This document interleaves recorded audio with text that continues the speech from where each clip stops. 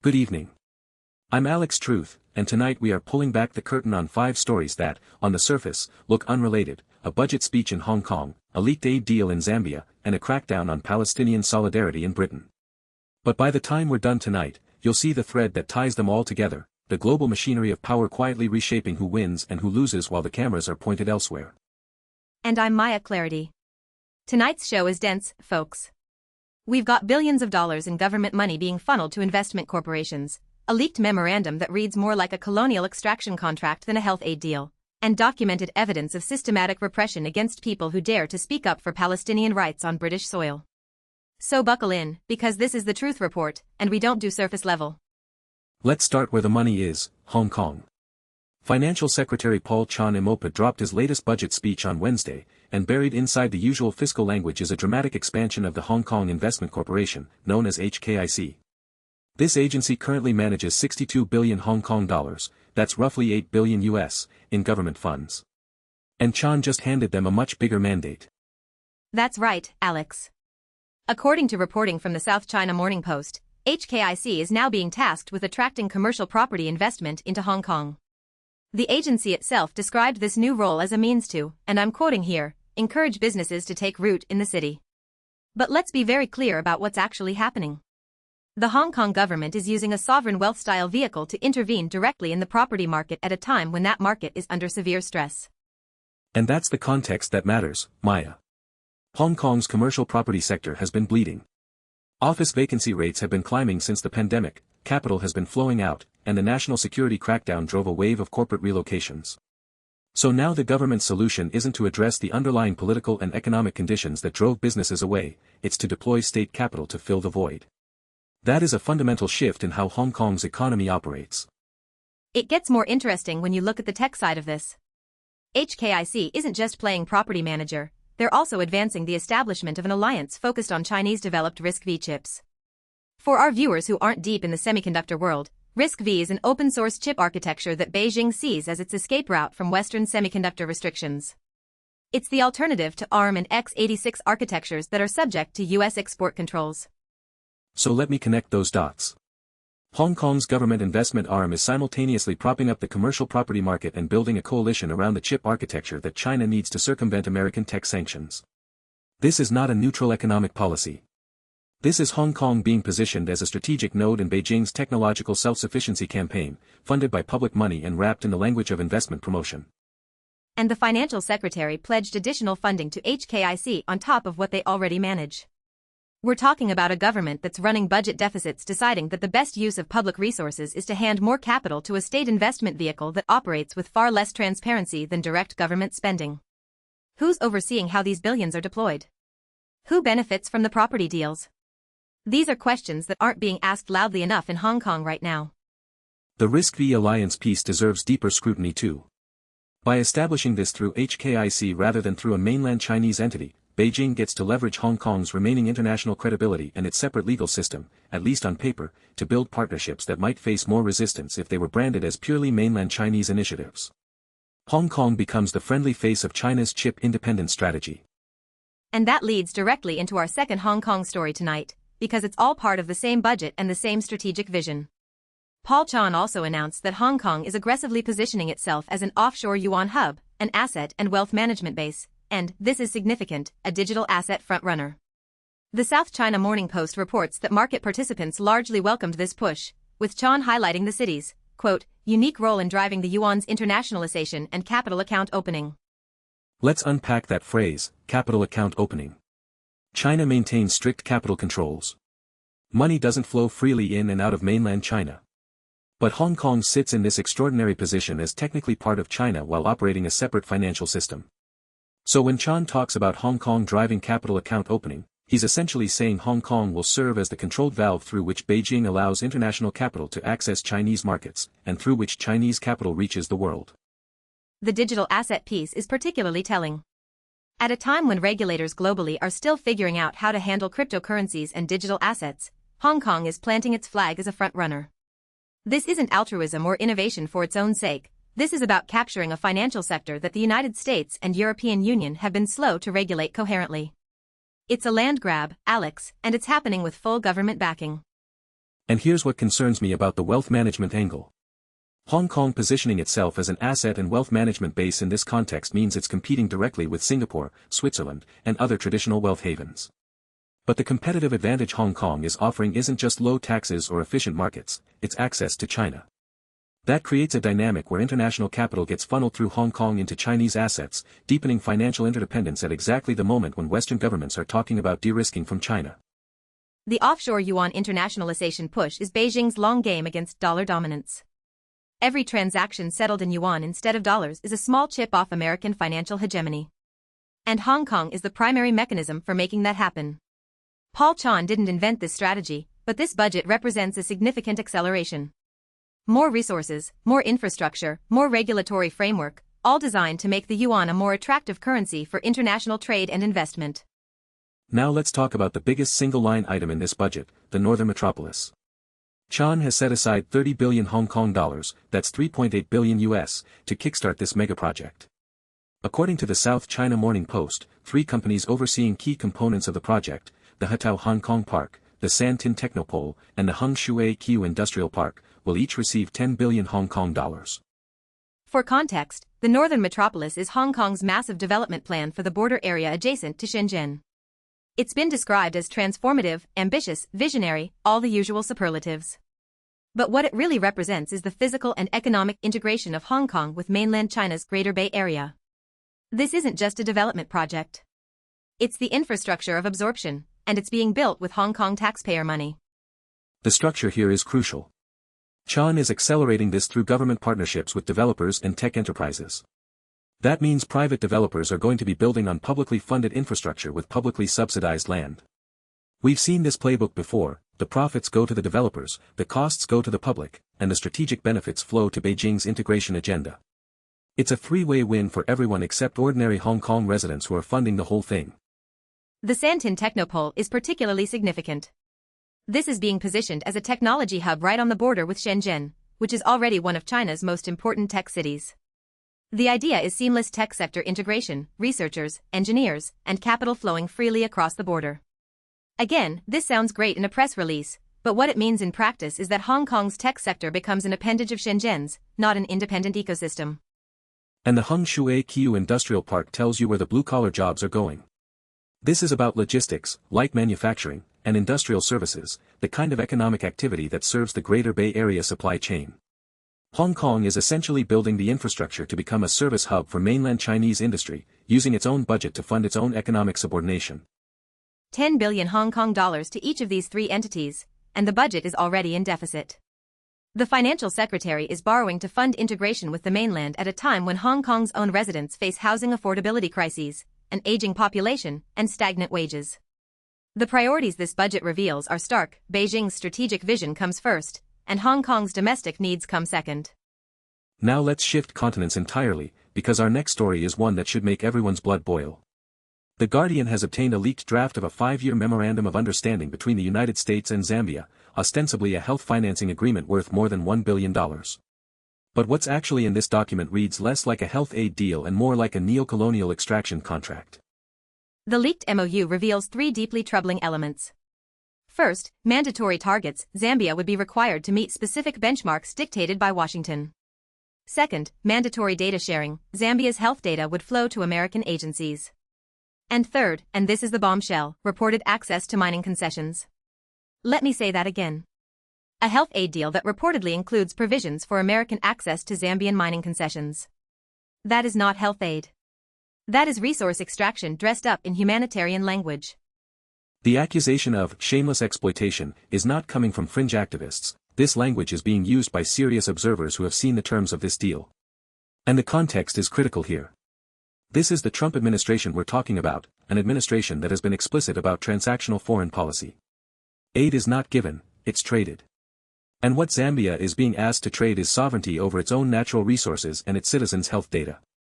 Zambia is one of Africa's largest copper producers, and it has significant reserves of cobalt, manganese, and other minerals that are essential for the energy transition, batteries, electric vehicles, renewable energy infrastructure. These are exactly the minerals that the United States needs to compete with China in the green technology race. So a health aid deal that includes mining concessions isn't about health at all. It's about securing critical mineral supply chains, and the health money is the sweetener. And the data sharing component deserves scrutiny too. Health data from an entire nation flowing to US agencies, what does that mean in practice? Population health data has enormous commercial value. It can be used by pharmaceutical companies for market analysis, by insurance companies for risk modeling, by biotech firms for research. Is Zambia getting fair value for this data? Based on what we've seen in the leaked draft, the answer is almost certainly no. The mandatory targets are the enforcement mechanism. If Zambia doesn't meet Washington's benchmarks, whatever those may be, presumably the funding can be reduced or cut. This creates a dynamic where a sovereign nation's health policy is effectively being directed from Washington, with the threat of funding withdrawal as the stick. This isn't partnership. This is coercion, and it's being applied to one of the world's poorest countries during a period when US aid cuts have already devastated health programs across Africa. Let's be blunt about what's happening here. The Trump administration has been slashing foreign aid across the board. PEPFAR, the President's Emergency Plan for AIDS Relief, which has saved millions of lives across Africa, has been gutted. USAID has been effectively dismantled. So now, into this vacuum of humanitarian devastation, comes a new kind of deal, one where aid is conditional not on good governance or health outcomes, but on giving American companies access to your country's mineral wealth. This is the new colonialism, and it's happening in broad daylight. And warnings from public health experts have been dire. When you tie health funding to mining concessions and data extraction, you fundamentally corrupt the purpose of that funding. Health workers on the ground in Zambia aren't thinking about copper futures, they're trying to keep people alive. But the people negotiating this deal in Washington are absolutely thinking about copper futures, and cobalt futures, and the strategic competition with China for Africa's resources. The Guardian's reporting makes clear that Zambia is getting a raw deal by any reasonable measure. $1 billion over 5 years sounds like a lot of money, but the mining concessions alone could be worth many times that. Zambia's copper output is worth billions annually. Even a small slice of access or preferential terms for American mining companies would dwarf the health funding. This is a trade where one side gives up resources worth billions for aid worth a fraction of that value. And this pattern isn't unique to Zambia. We're seeing the Trump administration pursue similar transactional frameworks across the developing world, in Greenland, in Ukraine, in the Pacific Islands. The template is the same: identify what a country has that America wants, find that country's point of vulnerability, and structure a deal that extracts maximum value while providing minimum support. It's leverage diplomacy, and the world's most vulnerable populations are the ones paying the price. Now let's turn to our final story tonight, and it takes us to the United Kingdom, where legal experts have documented hundreds of cases of what they are calling anti-Palestinian repression. This reporting comes from Al Jazeera, and it centers on a new public database that catalogs a broad crackdown on students, activists, and ordinary citizens who have expressed solidarity with Palestinians. The scale of what's been documented is staggering. We're not talking about a handful of isolated incidents. Legal experts have compiled hundreds of cases into a searchable public database, cases involving students disciplined or expelled, activists arrested or charged, workers fired or sanctioned, and community members subjected to surveillance and harassment. All for the act of advocating for Palestinian rights or criticizing Israeli government policy. Let's be precise about what's being documented here. This isn't about anti-Semitism. Opposing Israeli government policy is not anti-Semitism, and conflating the two is itself a form of repression. What these legal experts are showing is that the British state, British universities, and British employers have engaged in a systematic pattern of punishing pro-Palestinian speech and activism. That is a civil liberties crisis in one of the world's oldest democracies. The student cases are particularly disturbing. Universities are supposed to be spaces for free inquiry and robust debate. Instead, students across the UK have faced disciplinary proceedings, suspension, and in some cases expulsion for participating in protests, signing petitions, or posting on social media in support of Palestinian rights. The chilling effect on academic freedom is enormous. If expressing a political view can end your educational career, how many students simply stay silent? And the activist cases reveal the involvement of the security state. We're talking about arrests, police surveillance, and criminal charges directed at people engaged in lawful protest. The right to protest is supposedly sacrosanct in British law, protected by the Human Rights Act and the European Convention on Human Rights. But these documented cases show that when the protest is about Palestine, those protections seem to evaporate. The fact that legal experts felt the need to create a public database tells you something about the scale and the silence. These cases weren't being connected. A student disciplined in Manchester didn't know about an activist arrested in London or a worker fired in Birmingham. The database makes visible a pattern that was deliberately kept invisible, hundreds of individual acts of repression that, taken together, reveal a coordinated crackdown on an entire political viewpoint. And this is happening in a country that lectures the rest of the world about free speech and human rights. The British government has spent decades positioning itself as a champion of democratic values internationally. But the evidence compiled by these legal experts shows that those values have sharp limits that are drawn along geopolitical lines. Solidarity with Palestinians crosses a line that solidarity with Ukrainians, for example, does not. That double standard is now documented and undeniable. The workplace cases raise serious labor rights questions too. Workers being fired or disciplined for their political views that have nothing to do with their job performance, represents a fundamental violation of employment rights. And yet it's happening across sectors, from academia to healthcare to the civil service. Employers are acting as enforcement arms of a political orthodoxy that treats Palestinian solidarity as inherently suspect. What makes this database so powerful is that it moves the conversation from anecdote to evidence. Governments and institutions can dismiss individual cases as misunderstandings or justified actions.